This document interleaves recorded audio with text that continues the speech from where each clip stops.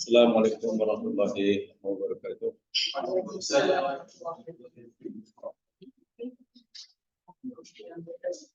Alhamdulillah, wa syukurullah, la hawla wa la quwwata illa billah.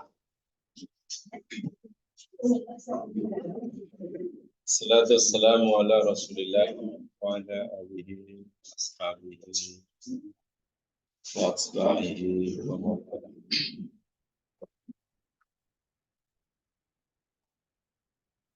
Rabbi shrah li sadri wa yassir li amri wahlul 'uqdatam min lisani yafqahu qawli.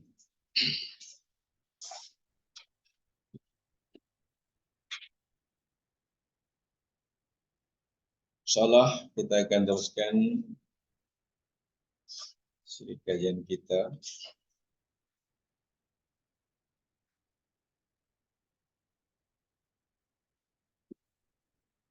surah Ali Imran ayat yang ke-173.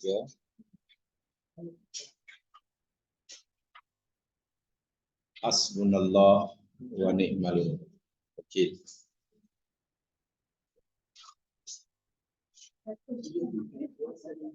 Apa yang telah kita pelajari minggu lepas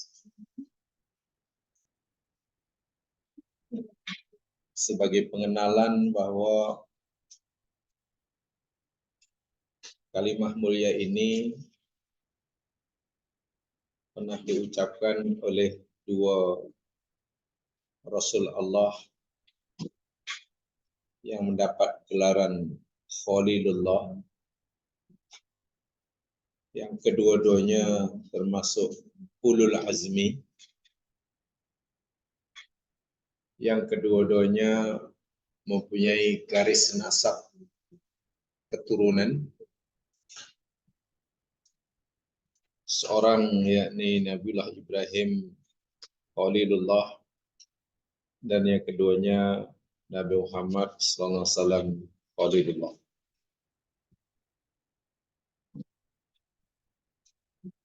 Saya kata tadi, keduanya ada hubungan darah, nasab dan keturunan,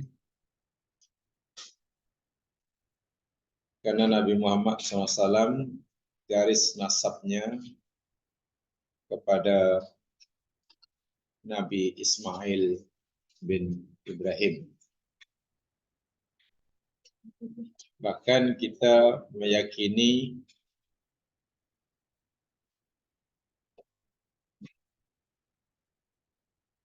semua Nabi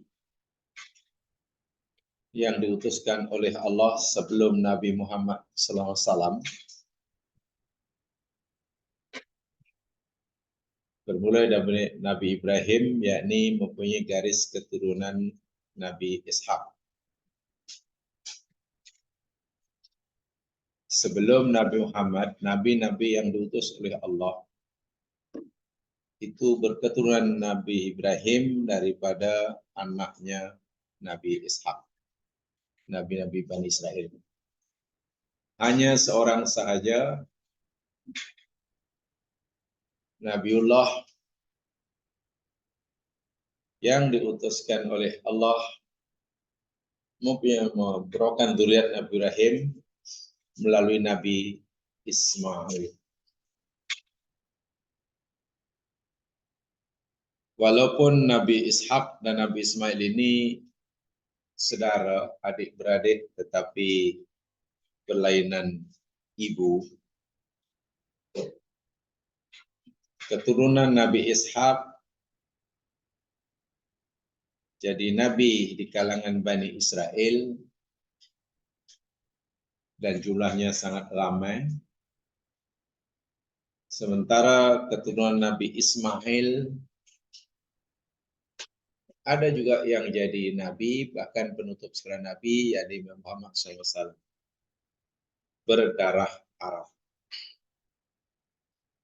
Sehingga sebetulnya bangsa Arab dengan bangsa Israel itu sebenarnya sepupu. Ya sepupu kan. Nabi Israel yakni turunan Nabi Ishak, orang Arab dengan Nabi Ismail kan sepupu. Tapi sekarang ya lihat sajalah. Wahatuk nenek moyang sama, Khalilullah Nabi Ibrahim. Sama itu, bukan orang lain. Jadi kita tak tahu bagaimana agak-agak jika Nabi Ibrahim masih hidup sekarang dan menyaksikan anak zuriatnya bergaduh. Kita tak tahu kemana. Seperti mana yang saya katakan tadi, hanya dua Khalilullah ini sahajalah yang disebut dalam Al-Quran dan hadis Nabi yang pernah mengucapkan kalimat hasbunallah wa ni'mal wakil. Nabi Ibrahim melafazkannya ketika baginda dicampak oleh Namrus di dalam api. Sementara Nabi Muhammad SAW mengucapkan kalimat ini, yakni ketika ada orang munafik coba nak menimbulkan rasa gerun dan takut akan ancaman yang tidak dilakukan, serangan dilakukan dengan wujud oleh Quraisy selepas mereka berjaya mengalahkan orang Islam. Walaupun itu hanya tipu. Tetapi, Masya Allah, bukannya Nabi Muhammad dan sahabatnya takut akan berita itu, sebaliknya ianya malah menambahkan keimanan buat mereka. Apa yang paling penting dalam perkara ini? Kalau dua kekasih Allah yang sudah mencapai maqam Khalil, yang tingkat mahabbahnya merupakan tingkat tertinggi, yakni al-khullah, tentulah kedua-dua utusan ini pernah menghadapi masalah dan situasi yang amat sangat genting, yang amat sangat kritikal, di mana tidak ada tempat bergantung harapan kecuali pada Allah Subhanahu wa taala, kerana ikhtiar-ikhtiar yang bersifat sunnatullah telah tertutup. Maksudnya, coba kalau jamaah renungkan betul-betul. Apa yang boleh dilakukan oleh Nabiullah Ibrahim ketika dicampakkan oleh Fir'aun ke dalam api? Apa yang boleh dilakukan oleh Ibrahim untuk menyelamatkan dirinya? Menurut jamaah apa kan? Apa yang boleh diikhtiarkan oleh Nabi Ibrahim bagi menyelamatkan dirinya,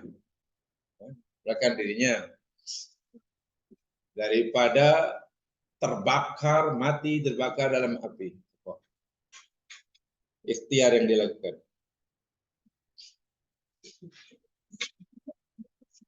Ikhtiar mah. Ikhtiar itu mana menjalani kehidupan sesuai dengan sunatullah. Contoh, bila lapar makan, bila mengantuk tidur, bila sakit, itu namanya ikhtiar. Bila bomba nak masuk, nak madamkan api, kebakaran, agar ia tidak terbakar, apa ikhtiarnya? Ikhtiar. Pakai baju talis api, itulah ikhtiar. Oh, belum paham rupanya. Ikhtiar itu yakni melakukan kehidupan sesuai dengan sunnatullah. Sunnatullahnya agar kita tak terbakar oleh api, ya pakailah pelindung diri yang boleh menghalang kita daripada api, maknanya baju talis api. Tapi kalaulah katalah pakai bomba, ialah pakai bomba tadi, nak madam kebakaran, nak masuk rumah terbakar. Dia pakai baju Melayu, walaupun doa itu bukan ikhtiar. Sebelum masuk rumah terbakar, baca salawat 3 kali, tapi pakai baju Melayu. Itu bukan ikhtiar, itu bunuh diri namanya. Hah?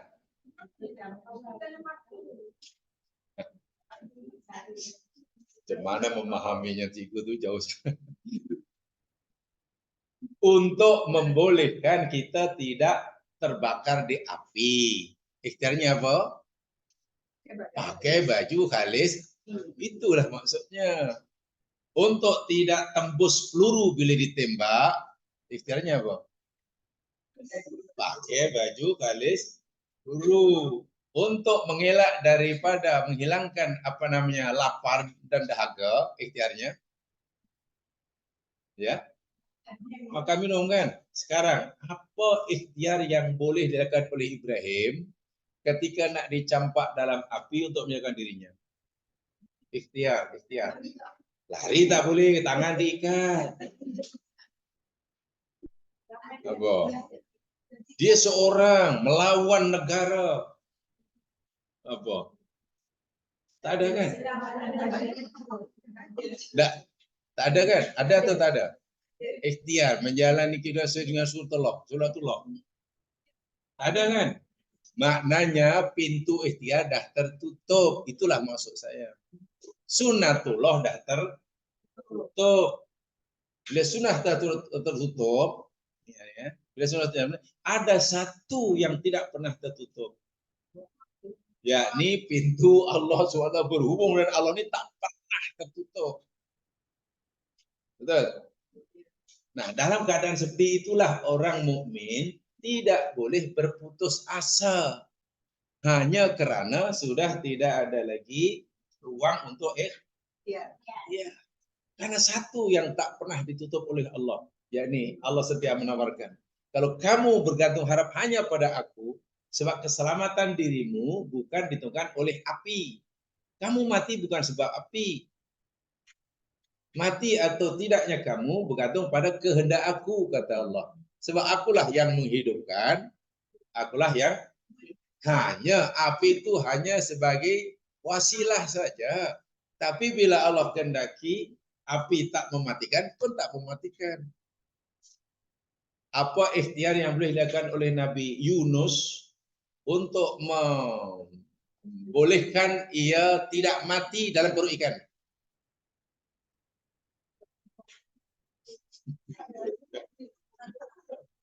Apa ikhtiar yang boleh dilakukan oleh Nabi Yunus untuk tidak mati ketika ditelan ikan? Tak ada.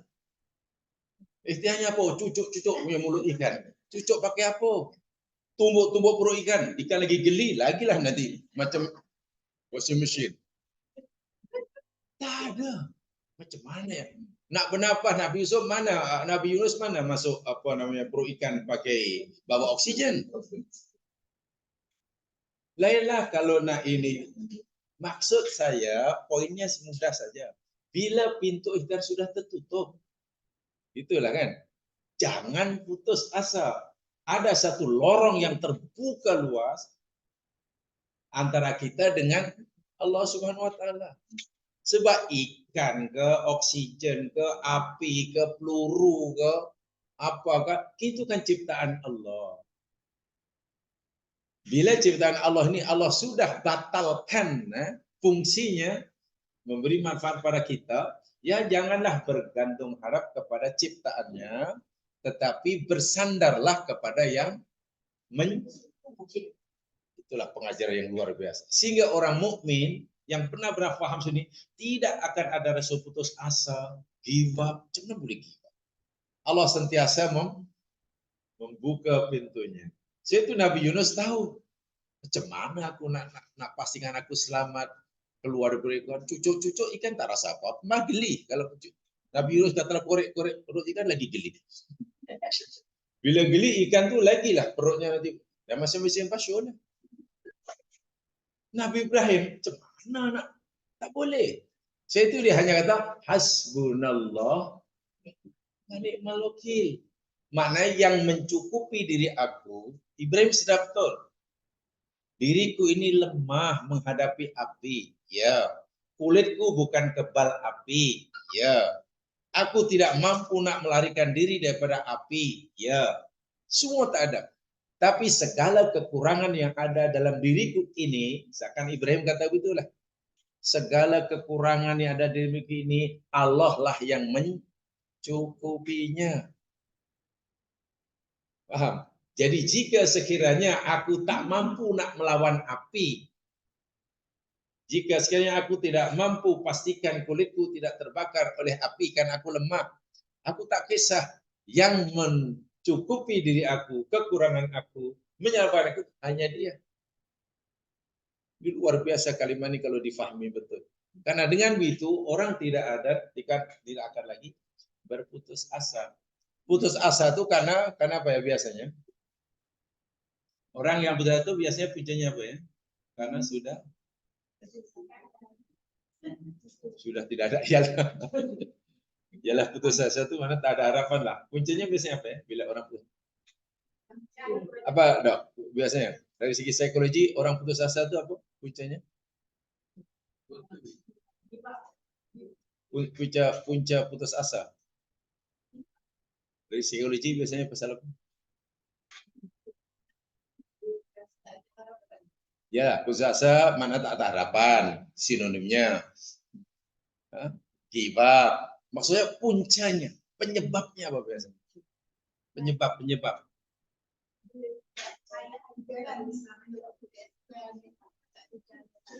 Nah, orang yang putus asa itu puncanya karena sudah yakin apa saja yang dilakukan tidak akan mengubah keadaan. Betul kan?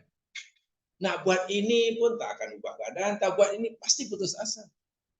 Nah, kita nak buat itu, buat ini, buat itu namanya ikhtiar. Bahasa agamanya, orang berputus asa biasanya bila pintu ikhtiar berdasarkan sunatullah telah tertutup. Dan orang muslim tidak boleh berhenti di situ. Sebab kalaupun pintu ikhtiar telah tutup, saya ulangi lagi sekali, kan? Nih, hubungan kita dengan Allah, jalur kita kepada Allah, ini tak pernah ada yang menghalangi. Hanya ditentukan oleh seberapa kuat kita bergantung harap kepada Allah. Itu saja.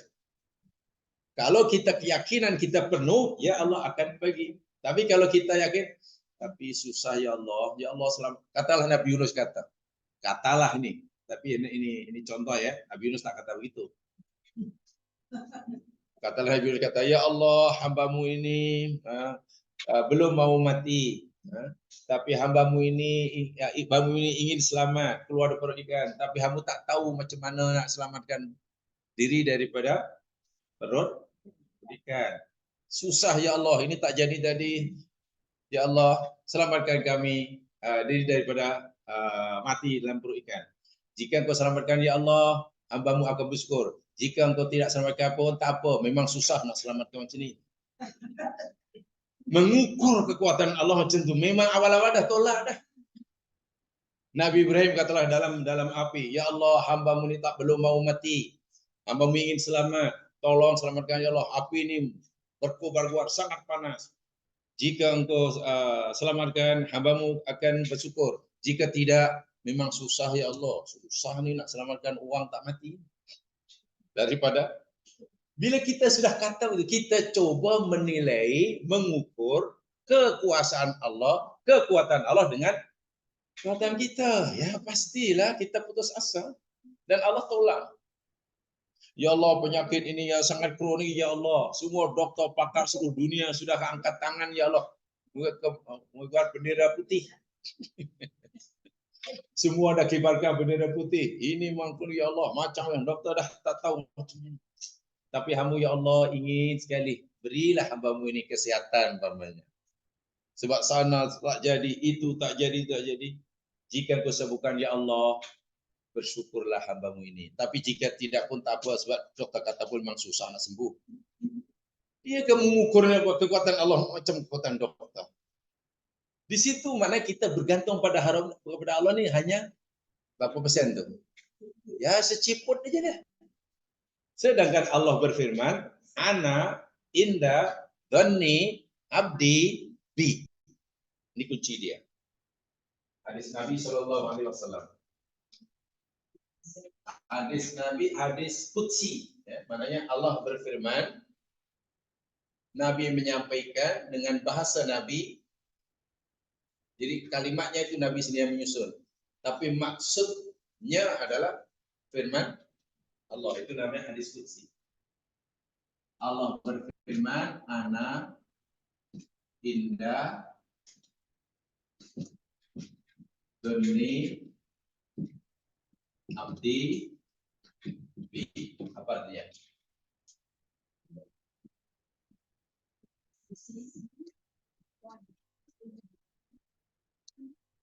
Nah, inda dhanni abdi bi. Apa artinya? Ana, aku. Inda, di sisi atau menurut. Nah, inda. Dhanni, sangkaan. Abdi, hambaku. Bi, padaku. Sebenarnya apa tuh? Ana inda dhanni abdi bi. Bahasa bebasnya, aku kata Allah hanyalah mengikut sangkaan hambaku kepadaku. Keyakinan hambaku kepada aku ini berapa persen? Pada begitulah. Kalau dia yakin padaku ya 10%, ya 10 aja ya. Kalau penuh, ya penuh lah. Disinilah ketika orang mengucapkan hasbunallah wa ni'mal wakil, ini kena tepat. Ini hadis sahih ya Mas kan? Hadis sahih. Riwayat Imam Al-Bukhari daripada Abi Hurairah.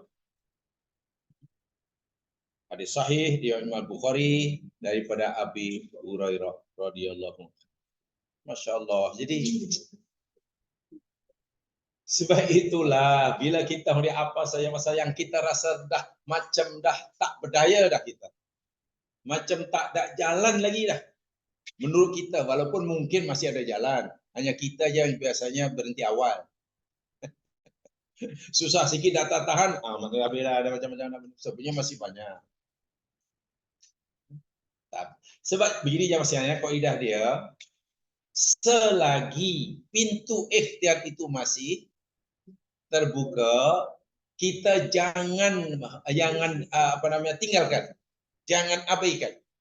Memang berdoa itu penting, tawakal itu penting, tapi pastikan tawakal yang kita nak lakukan pada Allah itu selepas kita melakukan ikhtiar sepenuhnya. Kita takut nanti mana ikhtiar ini dapat tak tahu pula. Kacau nanti tahu ikhtiar ini tak tahu pula. Ikhtiar. Ini bahasa Arab ya, bukan bahasa Melayu nih. Ikhtiar. Ikhtiar ini apa kayaknya ya? Kalimat rulenya apa ikhtiar ini? So, kalau nak cari rulut dalam kamus lah, dalam munjid, dalam dictionary, kena 3 huruf. Ho, ya, ro. Ho, ya, ro. Ho, ya, ro. Khair. Apa mana khair? Baik, kebaikan. Tapi macam mana jadi ikhtiar?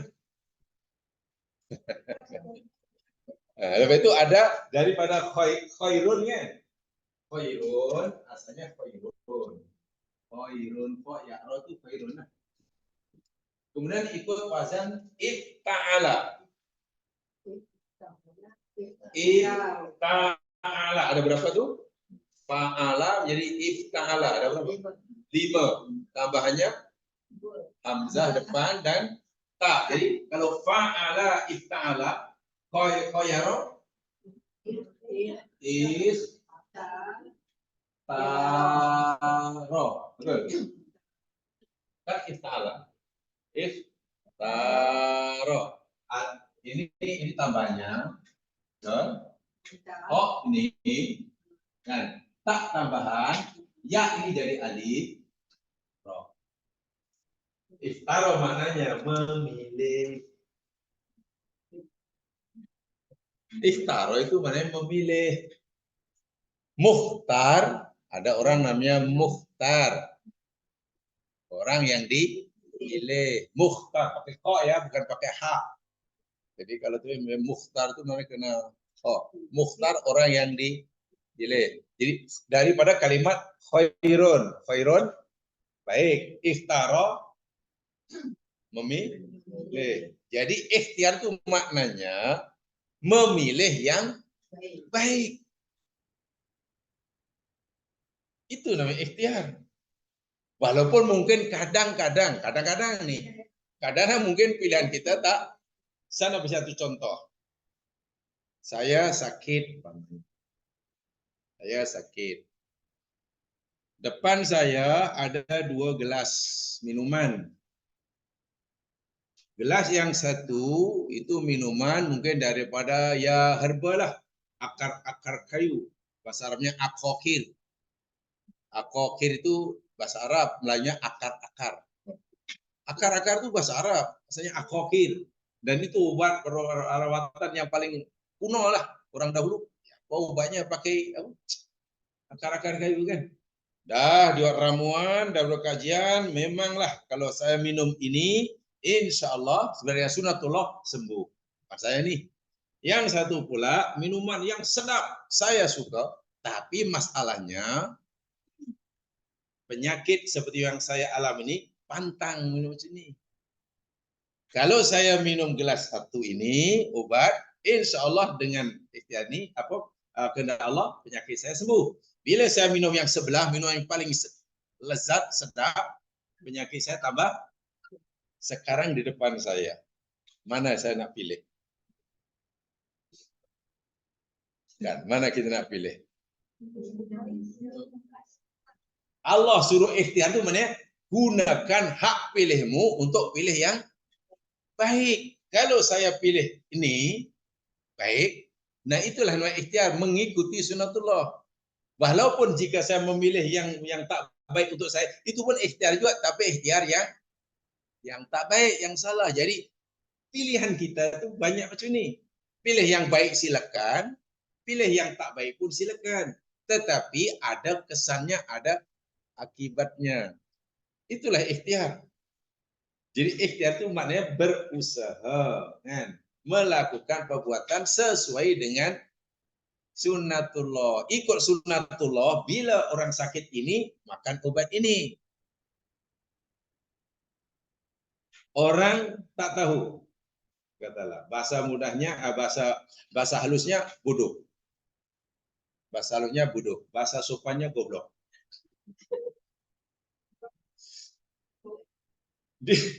Dia diberi pilihan, kalau dia belajar bersungguh-sungguh, dia akan pandai. Bila ia malas, dia tetap Allah suruh ikhtiar. Kalau itu apa yang patut dilakukan oleh orang goblok tadi? Mesti suruh apa? Belajar kan? Karena mesti memilih yang baik. Memilih yang baik, yakni belajar itulah. Walaupun dia bebas memilih untuk tak belajar, tapi apa akibatnya tetap itulah namanya ikhtiar. Lainlah kalau pintu ikhtiar itu dah tertutup. Contoh, Nabi Ibrahim, saya ulangi, campak dalam api. Dia tentu ingin selamat, tak mau mati. Tapi apa coba yang boleh dilakukan? Yang terbaik. Yang terbaik duduk termenung tapi juga mati. Atau apa namanya pakai baju ais, mana baju ais dia tak bawa. Tak ada. Sehingga pintu ikhtiar waktu dah tertutup habis. Nah, masa tutup itulah kita jangan lagi pikir tentang ikhtiarnya. Terus saja kita tawakal kepada Allah, berkata hasbunallah wa ni'mal wakil. Serahkan 100%. Jangan kita lagi mengukur kemampuan Allah. Tapi adakah Allah agaknya mampu? Ya, sebab api ini panas nih.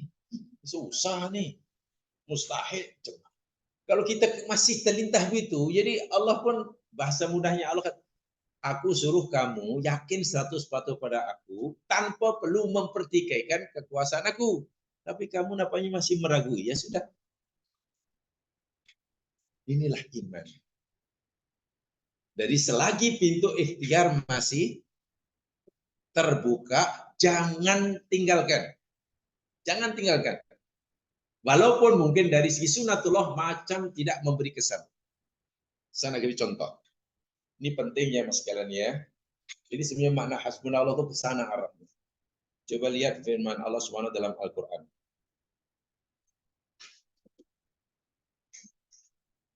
Surah Maryam.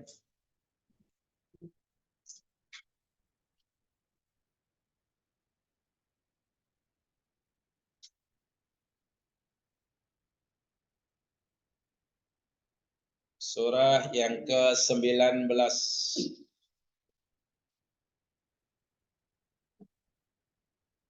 Ayat yang ke-25. Coba berarti betul-betul ayat ini. Betul ini kisah sejarah ya, ini kisah sejarah, ini cerita. Tapi cerita Al-Quran ini tak sama dengan cerita kita. Jadi Quran ini walaupun berupa cerita, kisah, sejarah, tapi mengandungi pengajaran yang Masya Allah. Ini kisah Maryam kan? Diringkaskan cerita, ketika Maryam sudah merasa tiba masa untuk melahirkan anak, sebab Maryam mengandung tanpa diketahui oleh sesiapa. Dia meninggalkan mihrab yang dibina oleh Zakaria, pergi coba mengasingkan diri lah. Mengasingkan diri. Tujuannya waktu itu hanya untuk menumpukan ibadahnya, agar lebih fokus, tak nak campur dengan orang. Sebab memang Maryam ini dinazarkan oleh ibunya semasa kandungan, tidak akan disuruh itu, tak suruh ini, hanya diserahkan pada Allah untuk ibadah aja. Tak ada kerja, tak ada, ya, dan Allah terima. Ya. Ketika ia dalam mihrab seorang diri itulah malaikat Jibril datang memberitahu bahwa Allah nak bagi dia seorang anak, betul ya. Kemudian ya akhirnya mengandung. Maknanya Maryam mengandung pilihan dia atau bukan? Maryam mengandung itu pilihan dia atau Allah pilihkan untuk dia? Allah pilihkan. Maknanya Maryam tidak punya kebebasan sama sekali. Oke. Mau mengandung satu. Dah tiba masa untuk melahirkan anak, Maryam meninggalkan, pergi ke satu tempat. Carilah tempat rehat, tempat bersandar lah. Ya, bahasa mudahnya tamar lah. Waktu yang ada waktu itu tamar, sebab durian belum ada di situ. Waktu durian belum sampai ke sana.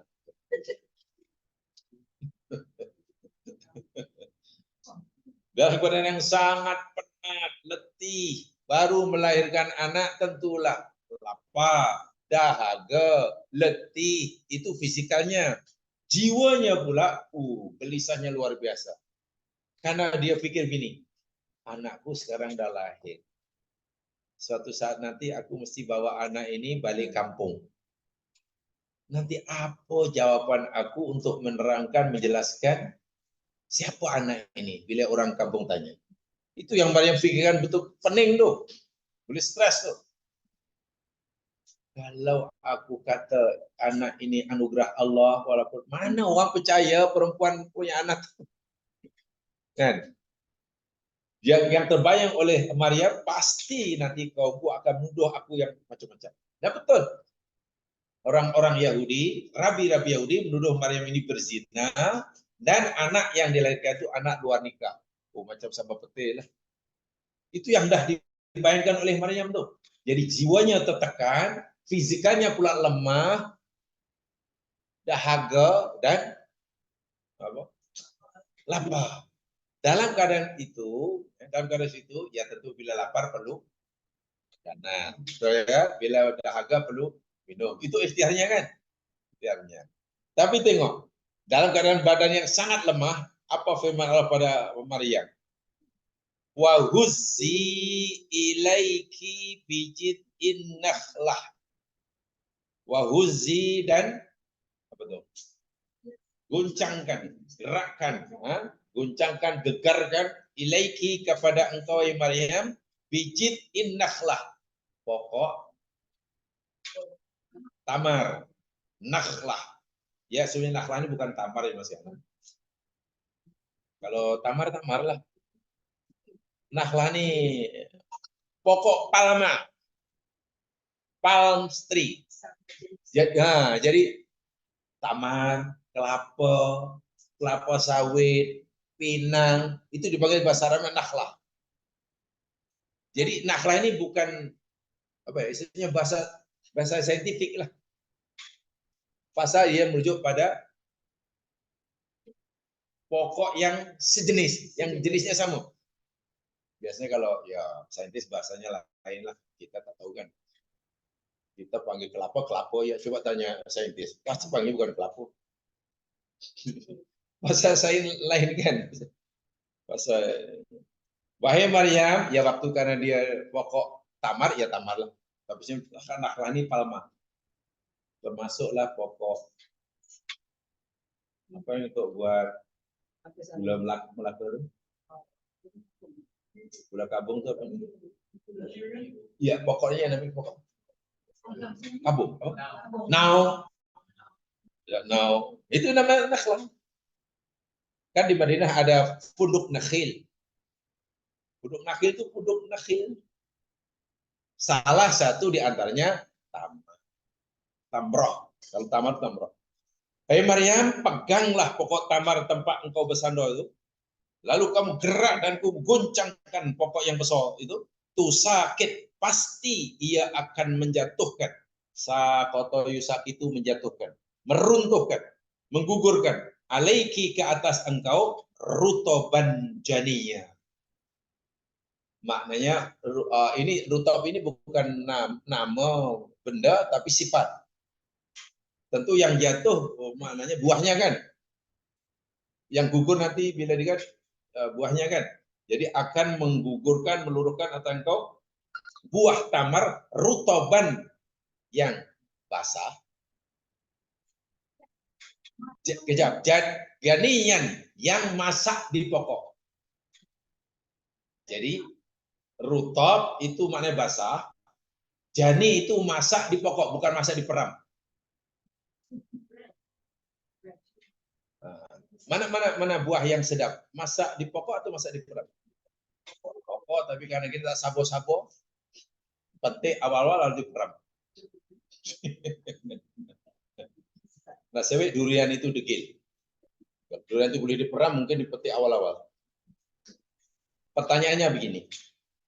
Maryam waktu dalam keadaan lemah atau kuat? Lemah. Sangat harus lemah. Dahlah fisikanya lemah, jiwanya pun itu tadilah yang pikir yang bukan-bukan. Kenapa Allah suruh Maryam untuk goncangkan pokok tamar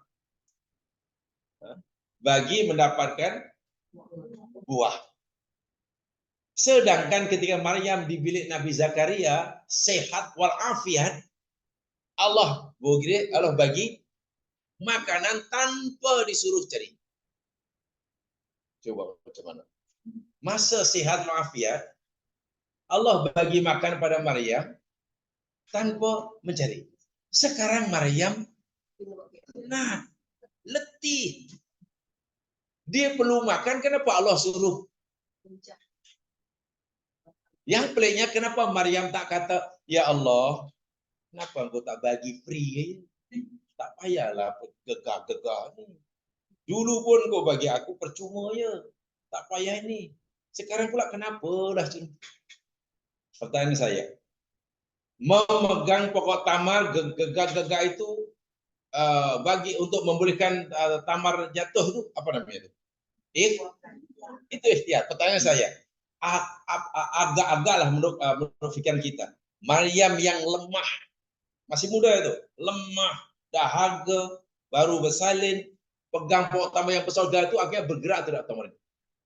Agak-agak lah. Atau gonjong pokok langsung tak bergegar yang sekalian. Garanti. Kan? Tapi ini perintah Allah.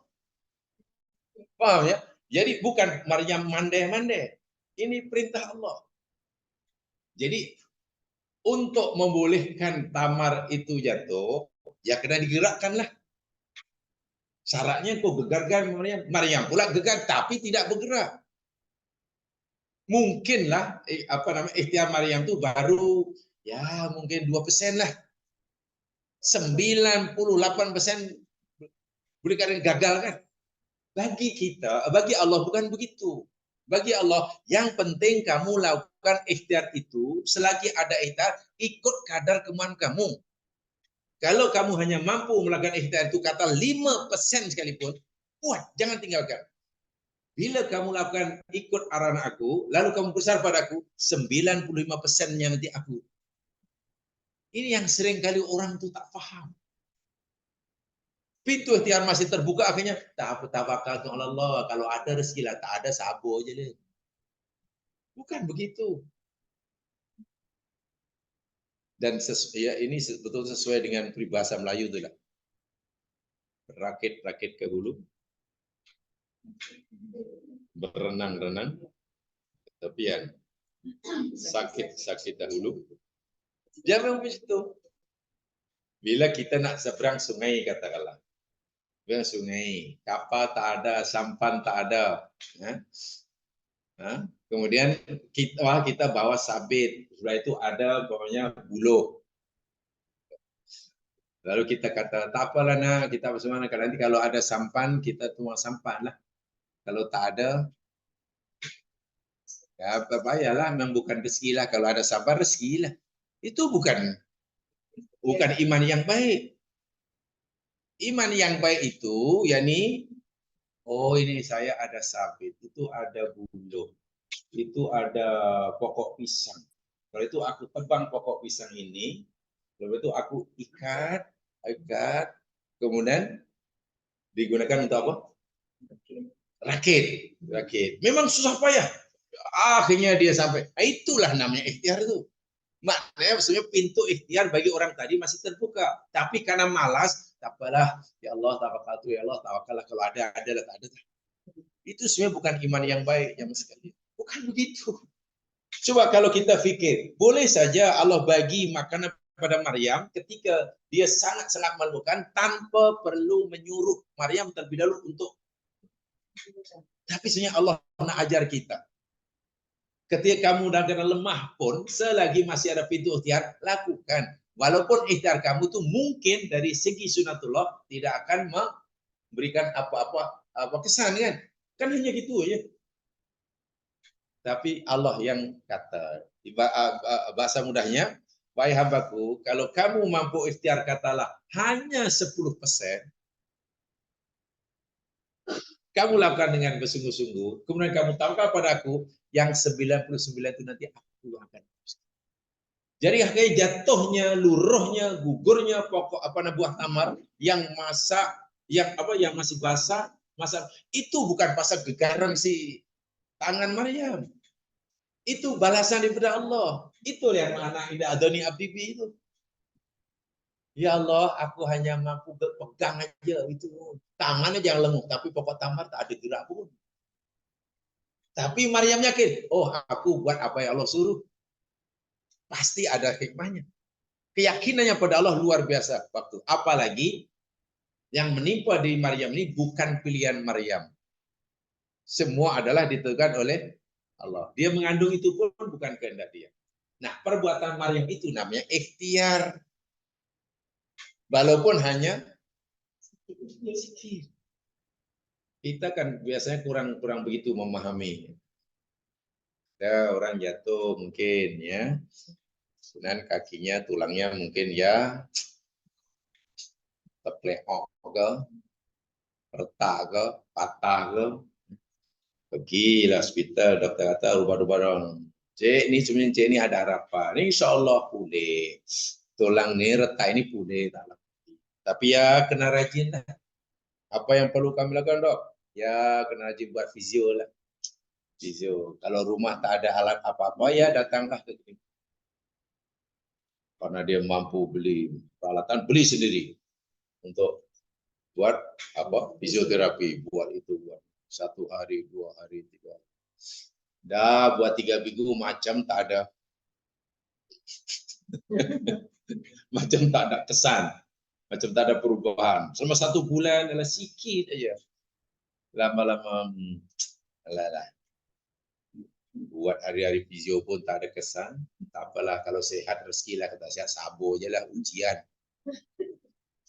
Hanya peralatan yang diberi mahal tadi ya, begitu aja. Kita ilmu mudah macam tu loh masalahnya. Akhirnya tak boleh tu. Ada pengalaman ya, saya ada pengalaman tapi lama semasa saya baru pindah di Kota Damansara. Tahun 97 dahulu. Waktu itu belakang itu belum ada kilang-kilang yang seperti sekarang. Jadi kalau nak pergi jogging itu pergi ke Subang, bawah reda Subang, itu kan ada reda Pak Bukit Subang apa? Reda untuk inilah kapal ini kan. Dan naik. Jalan tu cantik, naik sampai Bukit Road. Kalau boleh naik 2 kali naik tu turun, itu dah cukup lah 40. Waktu itu ada seorang anti bangsa Cina dipapah oleh cucunya, saya tanya. Kanan kiri berjalan tate tiap pagi. Memang sangat uzur lah. Tapi nak juga. Makan lama itu hari-hari saya tanya tiap pagi mesti. Dan karena ada tempat lain, ada tempat jogging lain, saya pergi tempat lain.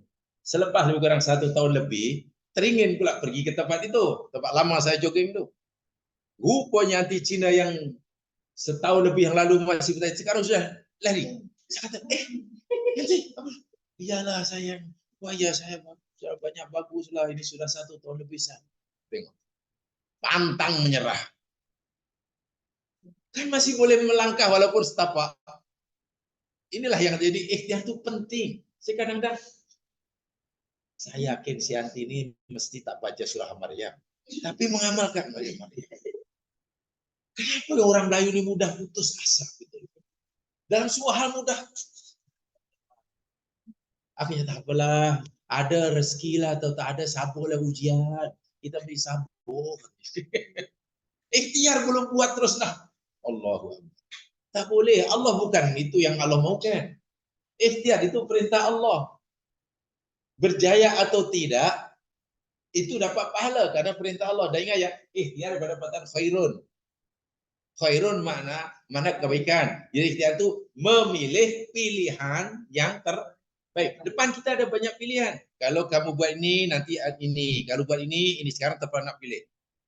Kita berusaha untuk memilih yang baik. Itu namanya ikhtiar. Itu ikhtiar.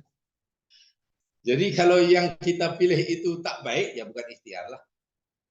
Orang Islam bila sakit, ya kena berubat lah. Sama ada berubat menurut sunatullah, atau mungkin memohon kepada Allah teruslah.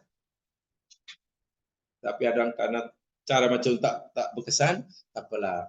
Ada orang bagi rekomen suruh pergi Thailand, juga Sami, ada Sami paling hebat. Jadi kita pegang kepala dia, ditiup, balik boleh lari. Tapi syirik, iyalah syirik tak apalah, tapi itu pun ikhtiar, tengok. Itu bukan ikhtiar, itu ikhtiar itu mesti pilih yang terbaik. Itu pilih neraka buat tak apa, yang penting ikhtiar. Tak apa ikhtiar. Ini batu ini bukan batu biasa. Ini batu dahulu turun daripada Marif nih. Ini kalau kamu gosok-gosok uling dia, ada perut yang kembung boleh hilang. Itu pun ikhtiar juga. Inilah salah paham ikhtiar. Sehingga asal dia apa dia buat namanya ikhtiar. Tak. Ikhtiar itu pada khairun. Khairun. Jadi saya ulangi, selagi pintu ikhtiar masih terbuka, jangan tinggalkan. Contohnya ayat ini. Tapi bagaimana nampak tidak berkesan? Allah yang suruh. Nanti biar Allah sendiri akan meneruskannya. Pokoknya Allah sendiri itu kasih sayang Allah lah yang menyebabkan tamar tadi jatuh berguguran, masih basah, masak pula tuh. Wah kalau ikut kekuatan Maryam, dan Maryam ini orang yang sangat soleh. Saya itu ketika disuruh pegang gojangkan pokok tamar, dia tak kata ya Allah, Apalah susah-susah nak suruh aku yang lemah pegang.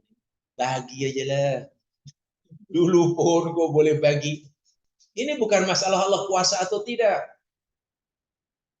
Jika kita bicara tentang Allah itu kuasa tidak, Allah Maha Kuasa memberikan makanan kepada hambanya tanpa hisab. Itu kuasa Allah. Tapi Allah nak mengajar hambanya ikhtiar. Sebab ini ikhtiar. Jadi Nabi Ibrahim apa yang boleh ikhtiar dilakukan ketika nak selamatkan diri daripada api? Tak ada. Nabi Yunus tak ada. Bila tak ada, apakah ia putus asa? Ya barulah waktu itu hasbunallah wa ni'mal wakil. Bukan maknanya nak hasbunallah wa ni'mal wakil menunggu selepas ikhtiar, tidak. Sampai ikhtiar itu mohon. Gitulah. Ketika kita sedang melakukan ikhtiar, sentiasa mohon kepada Allah Subhanahu. Sebab ini jamaah sekalian, lalu pernah saya katakan, ini Allah Subhanahu wa Ta'ala. Ini hamba.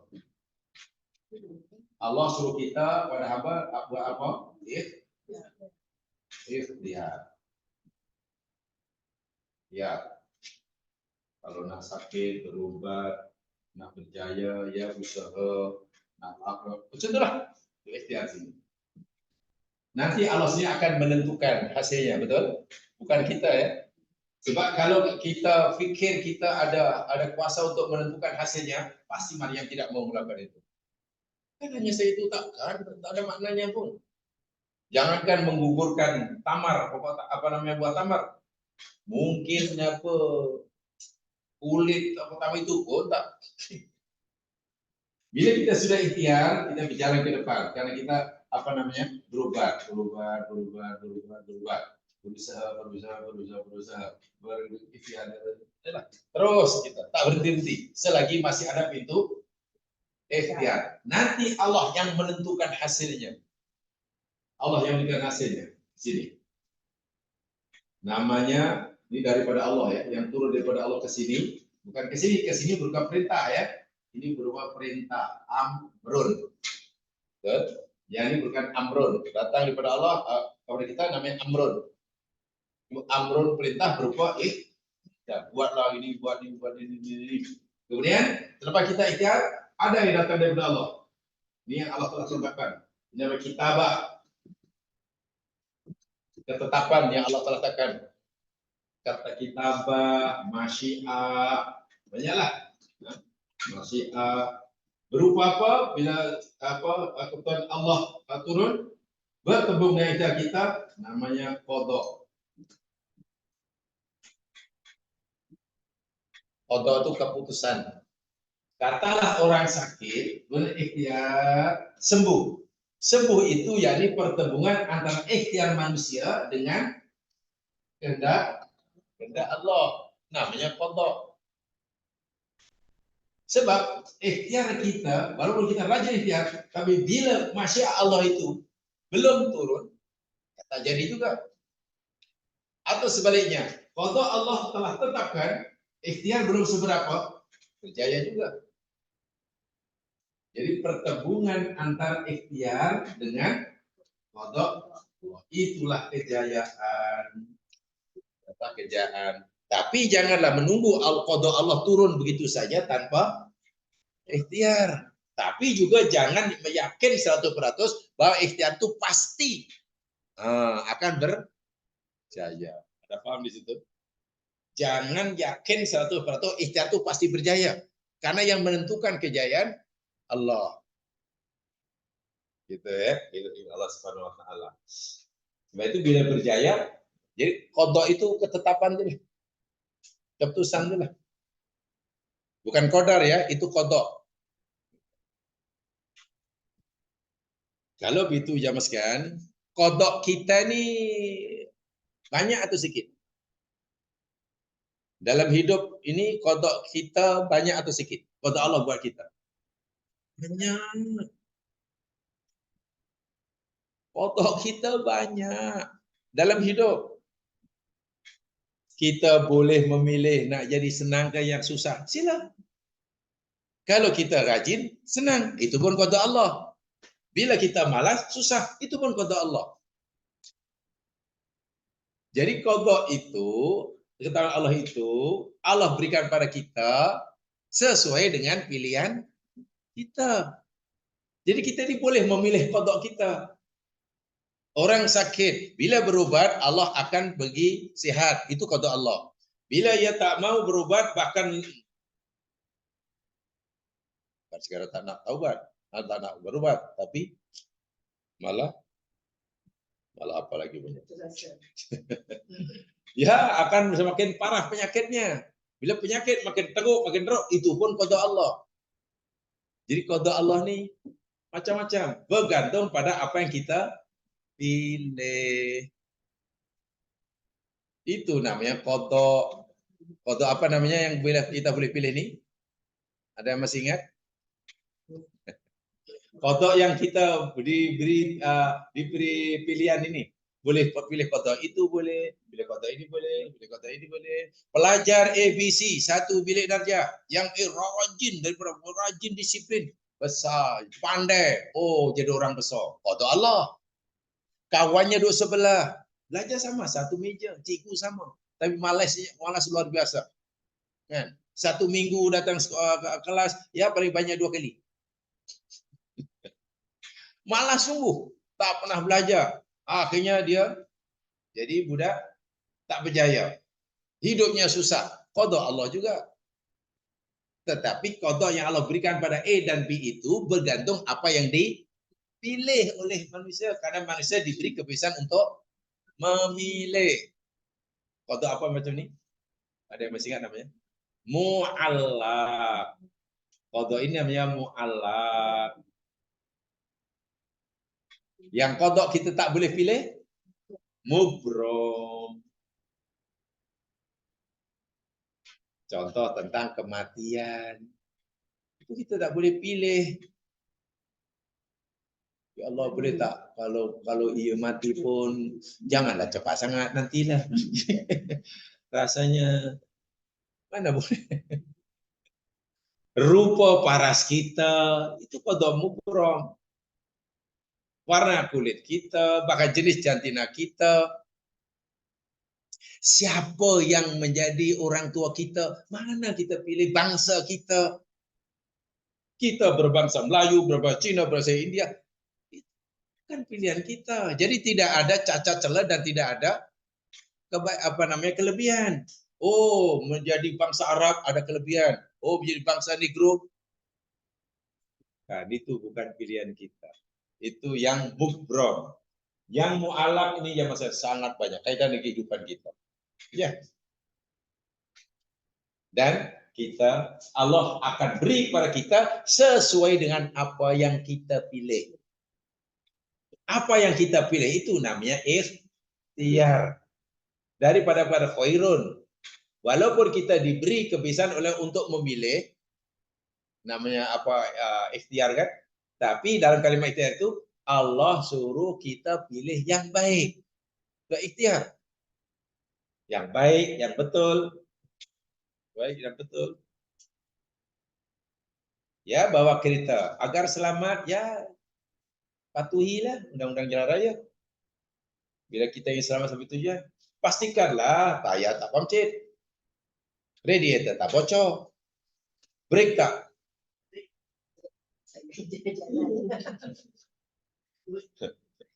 brake tak jam, atau brake-nya makan. Ini kau dah naik ikhtiar tak pernah tafakat Allah bismillahirrahmanirrahim sebaca selamat 3 kali telat. Nak madu kereta, wahab brake tak makan. Radiator tak ada minyak, tak ada air. Cuma mana juga. Modalnya hanya bismillahirrahmanirrahim, salawat 3 kali, 1 nafas ditelan dengan keyakinan malaikat sentiasa melindungi karena maklum baru balik dari usrah. Balik usrah ni, maknanya malaikat ramai ni, takkan tak selamat. Yakin pada Allah. Tapi kita tak ada break. Radiator bocor. Nak balik bukan main jauh, no, kat Bukit Belacan. Ya, saya ingat bukan tak perlulah 5 kilometer, mungkin baru traffic light depan itu pun aksiden dah. Bila aksiden, alah tak apalah, takdir. Ini sabar ujian. Walaupun balik mengaji rupanya aksiden, ujian. Itu Anda yang pilih ujian macam mana? Allah dah beritahu kamu pilih aksiden. Buktinya break tak makan, kamu tak betulkan. Karena dia pilih aksiden, Allah bagi aksiden lah, langgar lah. Dia langgar, dia kata, sabar, sabar, ujian.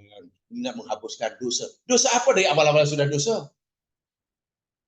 Tidak menjalani kehidupan, tidak sesuai dengan sunatullah, itu dosa.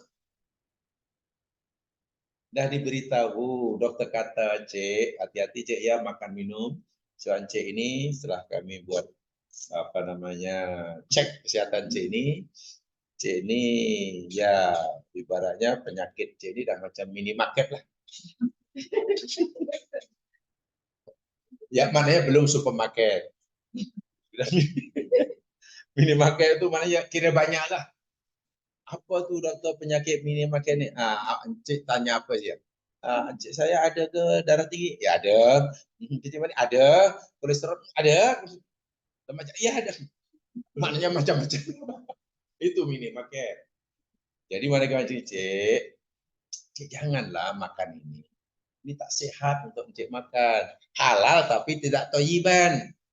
Makan. Yang ini langsung tak boleh. Jangankan makan, tengok pun tak boleh. Yang ini boleh tapi ya sikit. Sikit. Yang ini bagus dimakan.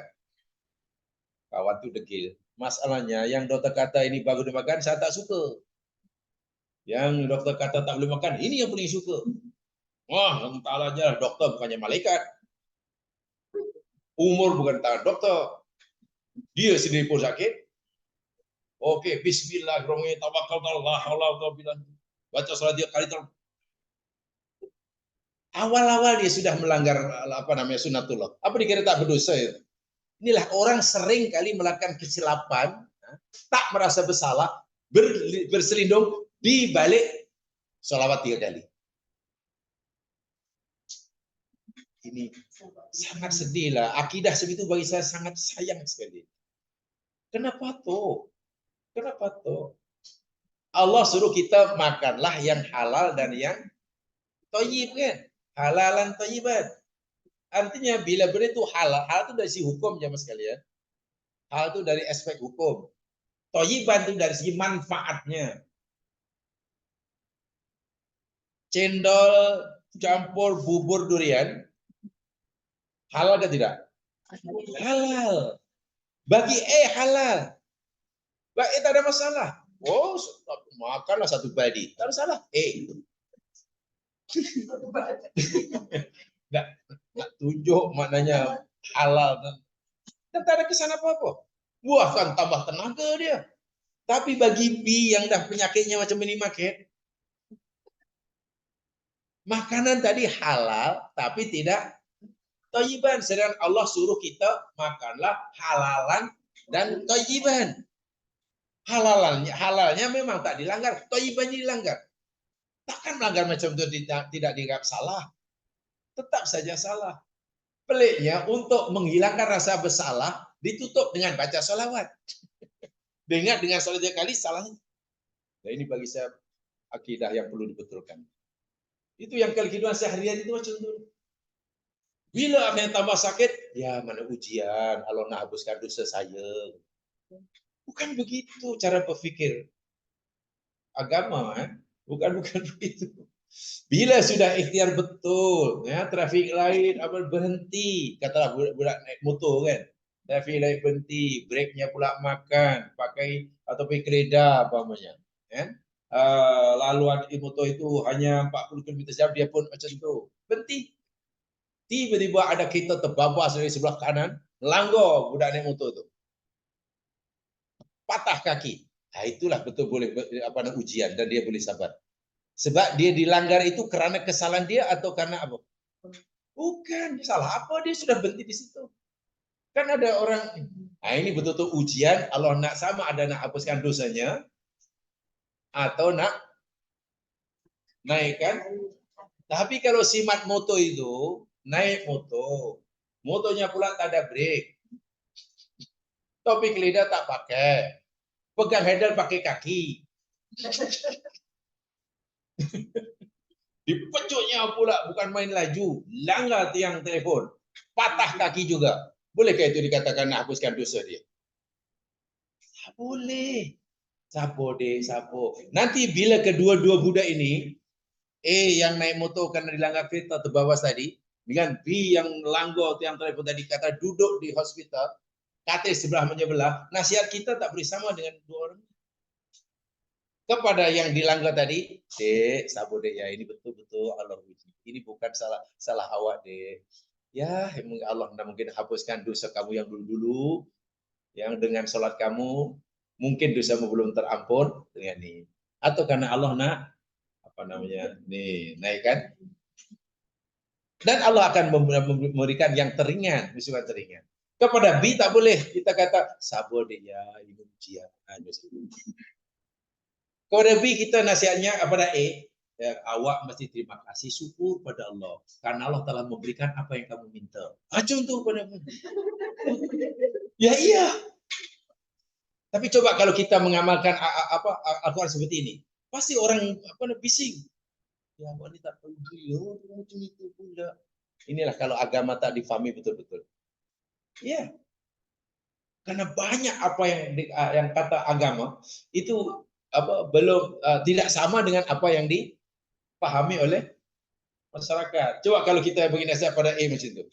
Dek, ya saya ucapkan ikut bersyukurlah dan awak bersyukur karena permintaan kamu dikabulkan oleh Allah. Jadi kamu wajib bersyukur. Allah sedang menunjukkan sifat adilnya. Siapa minta satu bagi satu, minta putih bagi putih, minta merah bagi merah. Dari awal-awal awak sudah minta patah kaki. Buktinya kamu naik motor tak ada brake, pegang handle pakai. Itu kan memang dah. Tapi saya tak minta, saya minta selamat.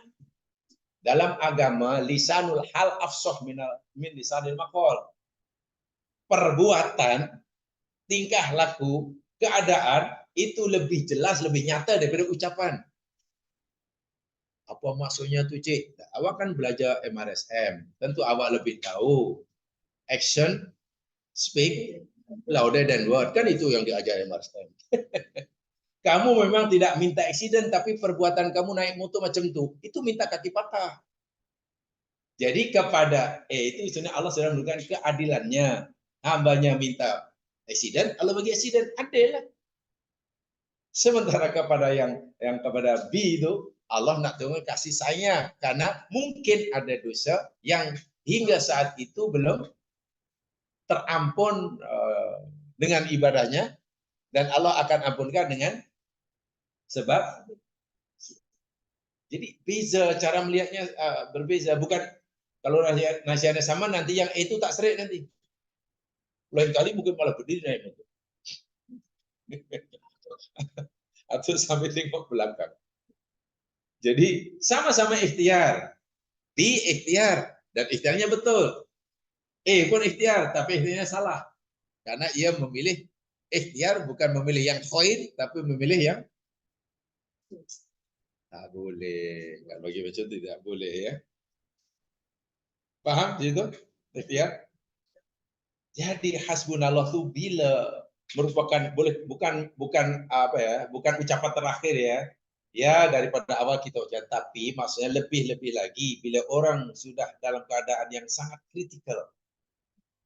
Kritikal dalam arti kata pintu ikhtiar sudah tertutup, gitulah.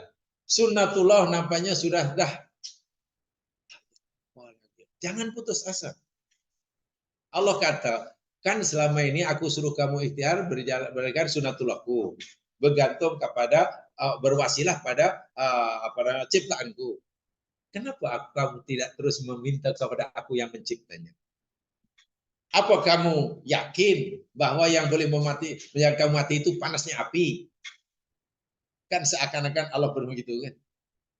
Apakah kamu yakin bahwa yang boleh mematikan kamu itu adalah panasnya api. Sedangkan api panas itu karena aku yang menyuruh. Bila aku suruh api panas, jadilah panas. Bila aku suruh api jadi sejuk, sejuklah dia. Masya Allah, semudah itu Allah Subhanahu wa Ta'ala. Begitu Ibrahim campak dalam itu dan Namrus pun yakin Ibrahim akan mati. Tiba-tiba Ibrahim pula hasbunallah wa ni'mal wakil. Dia tahu kelemahan dirinya menghadapi api, tahu kelemahan dia menghadapi Namrus, dan dia yakin yang menutupi kekurangan dirinya, yang menutupi kelemahan dirinya, Allah. Hasbunallah. Itu mana hasbunallah itu sangat dalam sekali. Ibaratnya kalau kita sakit, dah tak ada lagi orang yang mau merawat kita, hasbunallah. Yang akan menjaga penyakit itu Allah.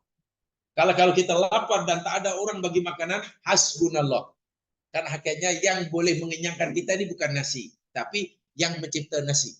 Itu dalam sekali maknanya. Tapi tentulah tidak boleh instan ya, sebab orang kadang instan. Maksud saya, Ibrahim baca hasbunallah wa ni'mal wakil. Api Allah perintahkan jadi sejuk, gitu kan? Yang baca Ibrahim. Kalau kita yang baca rumah tebako, nak masuk rumah karena nak ambil barang yang berharga, maksudnya hasbunallah. So, 1 menit tak keluar, 5 tak keluar. Dah setengah jam tak keluar ni apa pasal? Tadi dah baca hasbunallah dah. Rupanya jadi sate di dalam. Dan bila macam itu jangan terkejut. Macam mana ya? Ibrahim baca, api sejuk. Allah perintahkan jadi api jadi sejuk. Kenapa kita yang baca? Allah tak suruh api. Nah, di mana silapnya? Salah bacaannya ataupun Allah tidak kuasa menjadikan api sejuk? Dahulu kuasa sekarang. Bukan, kita kena sedar, tahu dirilah. Yang baca Ibrahim, kita ni si Iyem ya. Ya bezalah. Ini Nabi Ibrahim, Khullah, Khalil. Kita baru Yem dipanggilnya. Gimana jadi? Nah, disinilah yang selalu saya sebut dalam agak di mana-mana, makom. Makom itu penting sekali. Dalam ibadah kita mesti meningkatkan makom. Makom itu kedudukan kan. Makin dekat orang itu kepada Allah, makin dekat, makin tinggi. Ya, tentulah Allah akan melakukan orang ini lebih spesial daripada yang lain. Pada zaman Umar, ada orang sakit, demam. Pada sahabat, pada Nabi, ketika Nabi masih hidup, sahabat baca Al-Fatihah pada orang yang dipatok ular. Sembuh orang tu. Pada zaman Umar, selepas baginda wafat, ada orang demam panas. Umar bacakan Al-Fatihah. Dan bacanya bukan dalam hati. Baca kuat, guys. Bismillah, alhamdulillah. Sembuh orang tu. Tapi pada zaman tabi'in, ada orang demam panas. Guna salah seorang pada mereka itu bacakan Fatihah. Kawan yang demam panas ini tak sembuh. Akhirnya yang lain pula bingung. Tanya, macam mana ya? Dahulu Umar baca Fatihah pada orang demam panas, sembuh. Dahulu sahabat Nabi baca Al-Fatihah pada orang ketua kampung yang dipatuk ular, sembuh. Kenapa kita baca Fatihah pada budak yang demam panas tak sembuh? Rasa heran, tapi ini heran. Apa kata yang lain? Ya, al-Fatihatu hiyal Fatihah. Fatihah itu adalah Fatihah. Fatihah dibaca Umar, Fatihah dibaca sahabat, sama dengan Fatihah. Sama betul, tak ada bezanya. Makhrajnya betul, ayat betul. Tapi fa'aina qalbu Umar? Di mana hati Umar? Jadi yang tidak ada, yang beza, yang bacanya tuh. Dahulu Umar yang baca. Karena hatinya, makomnya sudah tinggi. Sekarang yang baca bukan Umar, Umo. Ya. Jadi disinilah, jadi bukan salah Fatihahnya. Ini perlu dan pentingnya kita ini meningkatkan makom. Dan Allah menyuruh kita buat suruh itu, buat ini, tinggal itu, tinggal ini, suruh sholat itu, suruh ini tujuannya supaya makom itu naik. Tapi kalau sholat yang kita lakukan dengan istiqomah tak membuat makom naik, karena makom karena sholat kita tidak mencapai lamatnya, ya rugilah kita. Makom itu penting sekali ya mas sekalian, sangat penting. Makin naik. Dan makom itu kaitannya dengan hati ya. Jadi bila hati makin bersih, imanan makin kuat, dahulu ragu, sekarang jadi tambah yakin. Dahulu bila di musibah mengeluh, melatah, habis-habis sebulan. Sekarang bila itu bisa sudah mulai hati sudah mulai dapat sabar kan. Dahulu bila Allah timpakan qadarnya melenting, susah nak ridha. Sekarang sudah mulai faham. Bila hati sudah mulai dapat memahami itu mana makom, itulah yang menjadi. Tapi kalau tidak, sholat rajin, tapi mengeluh juga istiqomah. Macam mana? Sholat rajin, mengumpat istiqomah. Macam mana makom? Makom itu penting sekali, sangat penting. Sebab itu Nabi bersabda kan, Allah menilai sholat seorang itu ada yang dapat 1/3 nilai sholatnya, ada yang dapat 1 suku ya, ada yang dinilai separuh ya, ada yang penuh. Walaupun sholatnya sama, rakaatnya sama, tetapi nilai sholat orang tadi di sisi Allah tidak sama. Bergantung pada apa yang ada dalam makomnya. Makom itu penting. Ya, makom sangat penting. Meningkatkan. Tahu ya makom? Makom juga bukan tanah kubur raja ya. Nanti makom. Mana makom tanah kuburan di raja?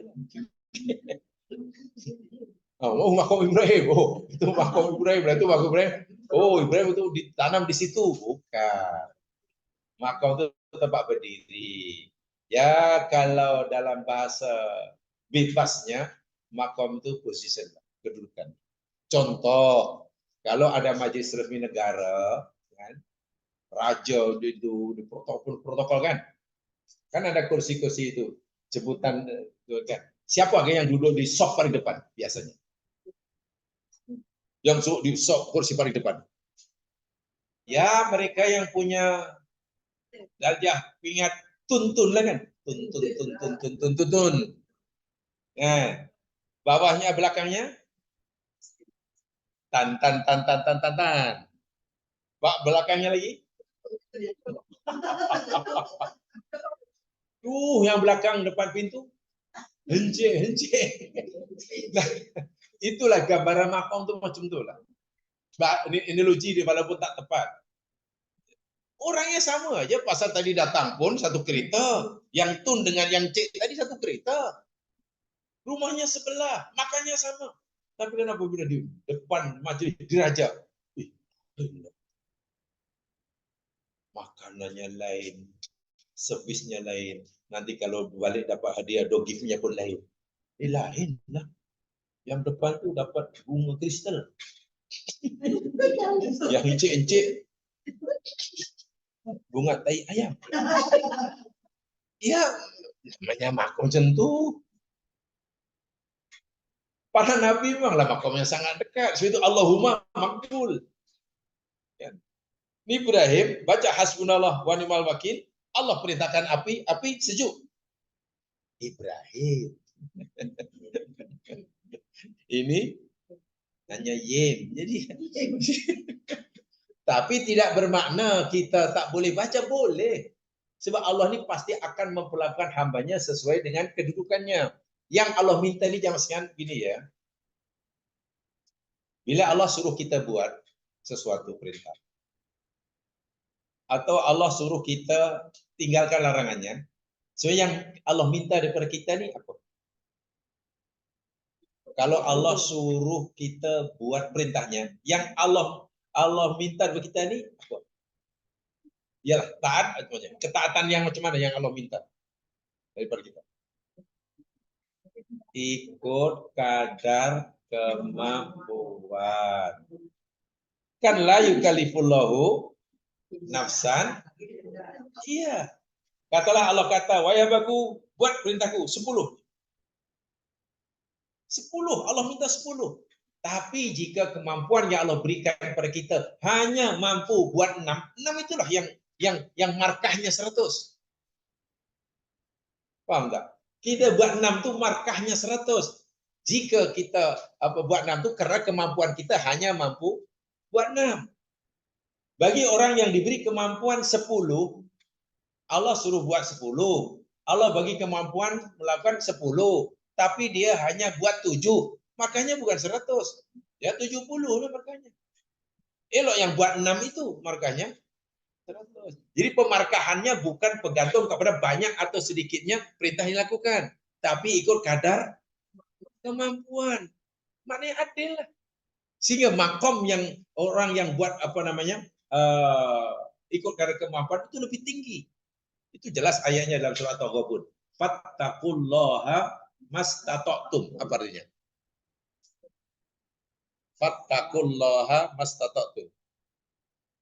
Bertakwalah kamu kepada Allah mastata'tum. Ikut kadar kemampuan kamu. Karena Allah sendiri pun tahu bahwa hambanya ini tidak punya kemampuan yang sama dalam mentaati. Yang diminta oleh Allah bukan mesti sama, ikut kemampuan yang diberikan. Analogi yang mudah. Katakanlah, kita berapa, kita berderma berapa? Oh, kita menyumbang Rp1.000, Rp1.000. Waktu itu karena kita ada duit cash Rp100.000.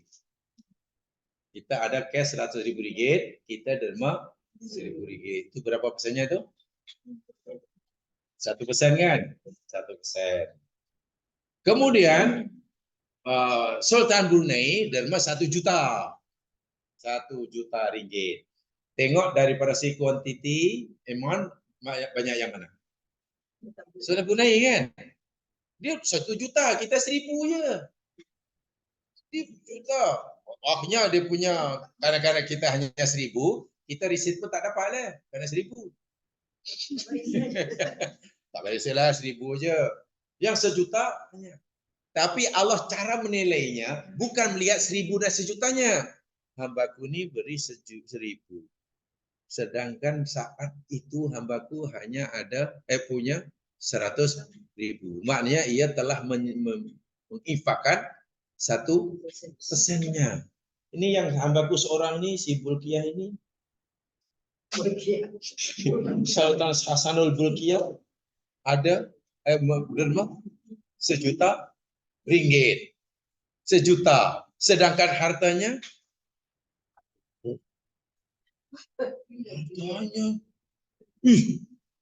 agaknya berapa persennya 1 juta ringgit?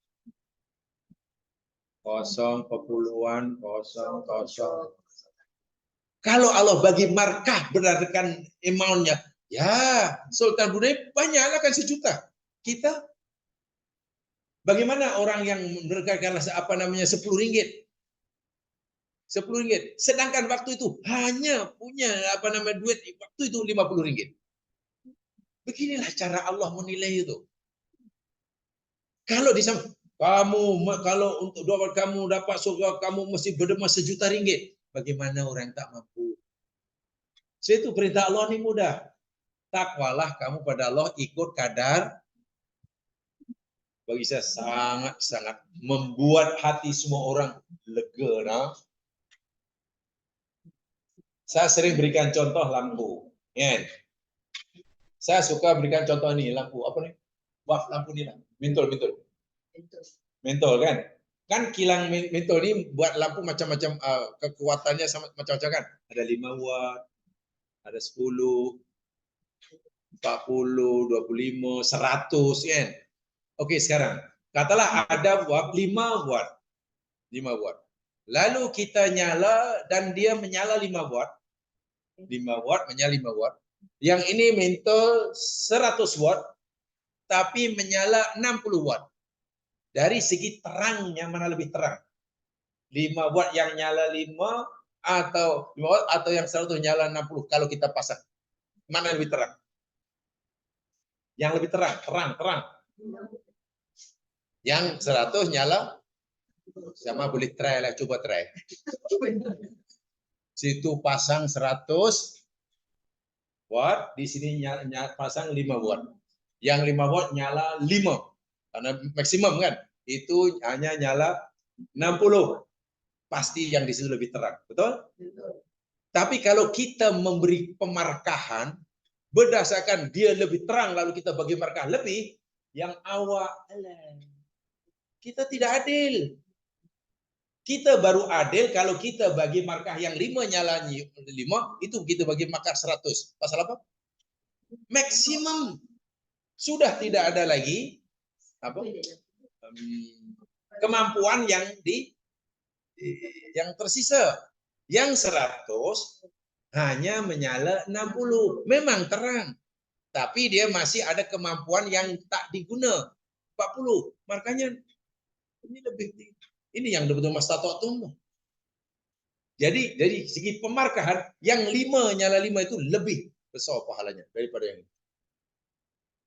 Tapi kita kadang terpedaya dengan di luar itu. Yaitu bila kita bagi, Allah akan nilai yang dibagi itu berapa persennya ya. Itu diambil kira. Masya Allah. Ini sepatutnya kalau mentor itu buatnya tinggi, ya kena nyala tinggi ya. 100 nyala 100. Itu mana markanya 100. 1000 nyala 1000. 50 nyala 50. 5 nyalanya itu 100. Semua sama markanya.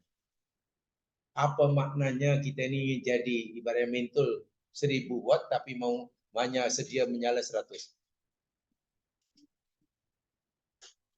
Ingin hidup senang lenang mewah semewahnya tapi infak sedikit. Apa maknanya jadi kaya?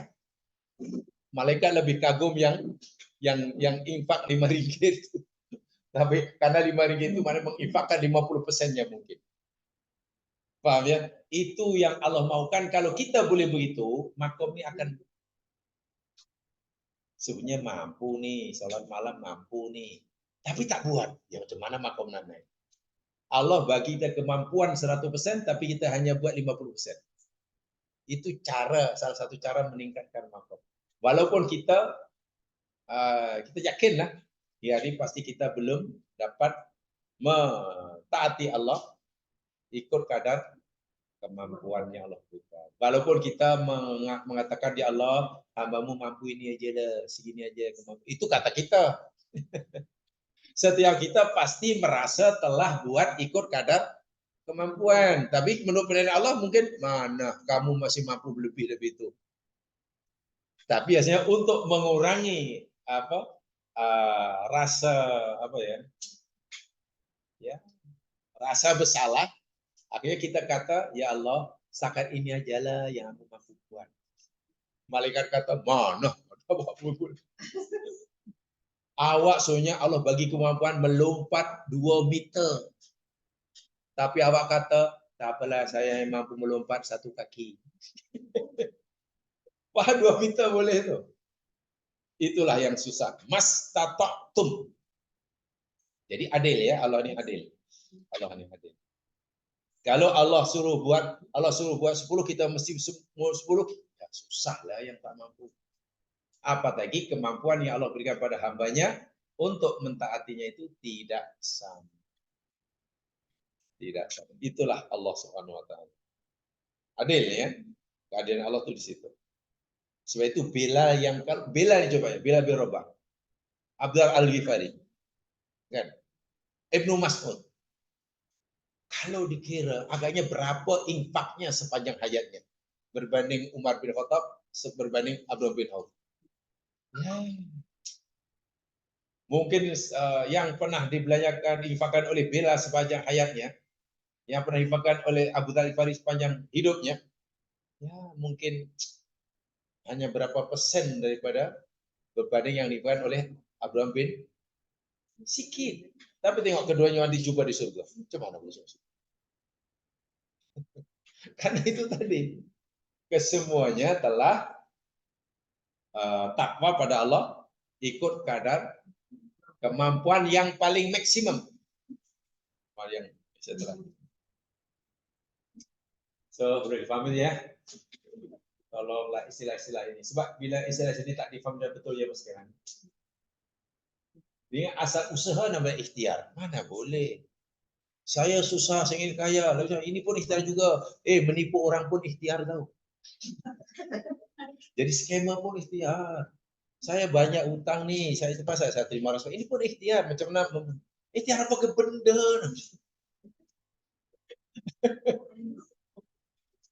Itu mana memilih yang buruk. Sedang ikhtiar itu memilih yang baik. Baru dapat pahala. Okey, itu saja yang saya sampaikan. Mudah-mudahan diberkati oleh Allah SWT. Subhanakallahumma bihamdika asyhadu an la ilaha illa anta astaghfiruka wa atubu ilaik. إلا الذين آمنوا وعملوا الصالحات وتواصوا بالحق وتواصوا. Assalamualaikum warahmatullahi wabarakatuh.